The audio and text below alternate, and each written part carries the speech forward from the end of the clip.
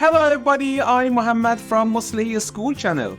In this video, I want to show you how you can increase the download speed of large files in Google Chrome.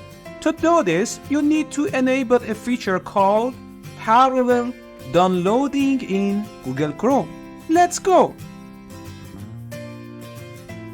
Open Google Chrome and type chrome://flags in the address bar.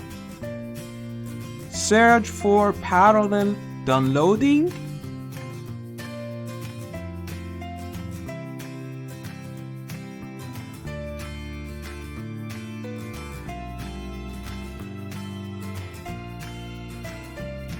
Click the drop down next to parallel downloading and select enable.